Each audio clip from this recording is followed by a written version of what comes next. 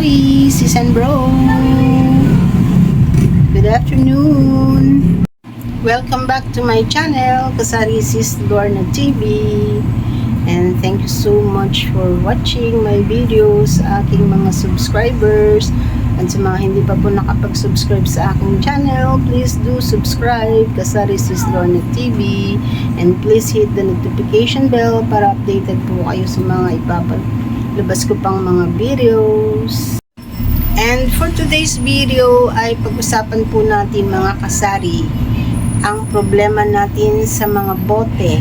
May mga nawawalang bote na ang iba ay pwede naman depositohan, pero sa Coke, Sprite at Royal ay hindi po pwede ang deposit. Kailangan po ng bote mismo. Hindi po tayo makabili ng ating mga panindang Coke, Sprite at Royal, maging kasalo man yan o sa mga 8 ounce, kapag wala tayong basyo ng bote. So ano po ba ang dapat at solusyon natin sa problema natin yan sa ating mga bote? Dito sa aming store ay mabenta sana ang mga maliliit na debote. Tulad niyan po. Kasi yan, ang benta ko lamang po dyan sa maliliit na 8 ounce ay 12 pesos. Mapa Lemon, RC, Sprite Royal, and Coke. At yung Mountain Dew ay wala po dyan. Wala po kaming stock. Ay 12 pesos po ang aking bentahan.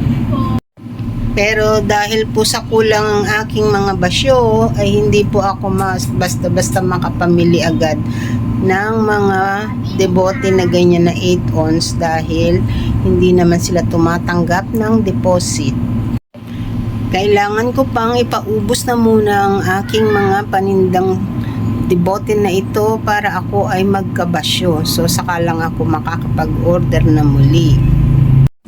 So, para naman hindi ako maubusan ng stock at hindi ko na problemahin pa ang mga bote, ay nag-decide ako na dito na muna ako mag-focus sa mga plastic PET bottle. Yan na muna ang aking mga binibenta na although mas mahal siya ng bahagya ay mabenta naman. At least may paninda pa rin. Hindi pa rin tayo mawawalan ng stock. Hanapin din naman siya ni customer. So, ayan na lang. Mas walang problema sa mga debote. Kahit itong aking mga cobra ay hindi ko na problemahin ang mga bote dahil nasa PET bottle na siya. Ito nga palang lahat ng aking mga PET bottles na ito. Mula sa Sting na Red, Mountain Dew, Sprite Royal, Pepsi, Coke, Pepsi, yan po ay tig to 20 ang aking bentahan. Ganon din po itong Cobra na ito ay 20-20 din po ang aking bentahan. Ito pong C2 na solo ay 17 at ang Lucky Day ko ay 30 pesos. Yan po. Ito namang root beer ay 15 pesos at ang Gatorade ay 45 pesos. So, yung ganito pong Vitamilk ay 32 po. Kasama na po ang bote dyan. Hindi na po yan kailangang depositohan. So, ito po yung ilan pa sa aking mga stocks ng mga PET bottles. Ayan po, kumuha po ako ng maraming Cobra na green at saka ng yellow kasi ay bihira lang pong magkaroon ng ganito. Mas madalas po ay yung mas malalaki. Kaya dinamihan ko na po ang aking order. And then ito pong Pepsi, Royal, Sting na Red,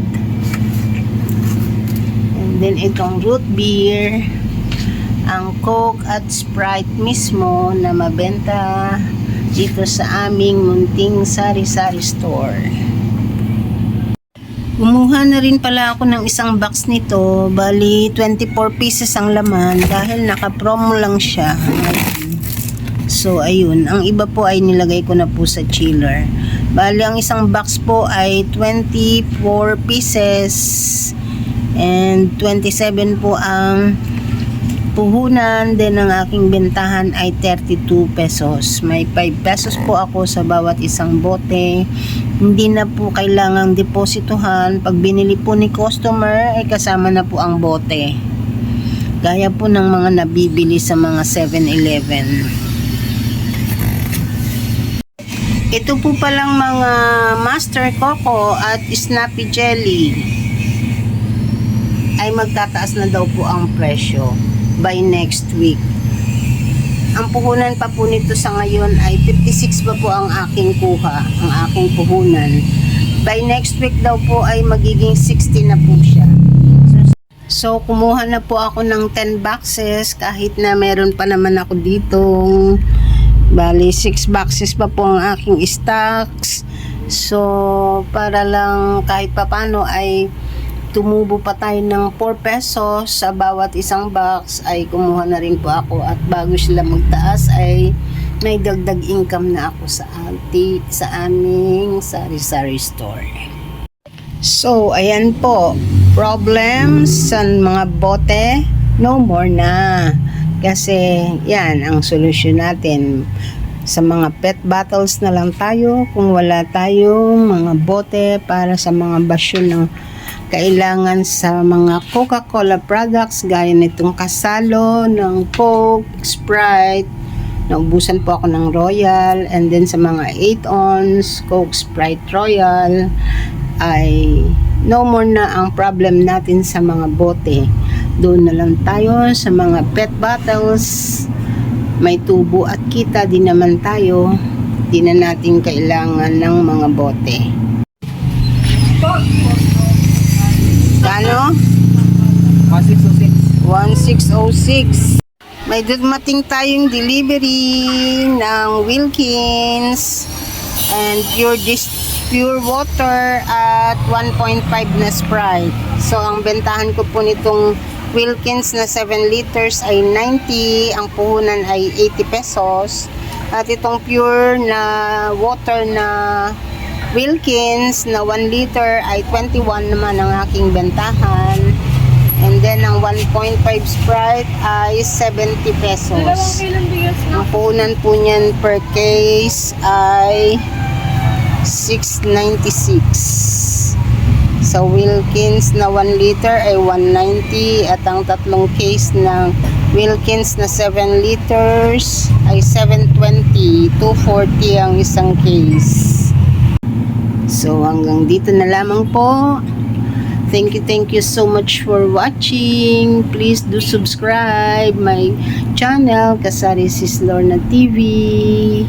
And see you on my next vlog, mga Kasari, Sis and Bro. Bye-bye. God bless us all.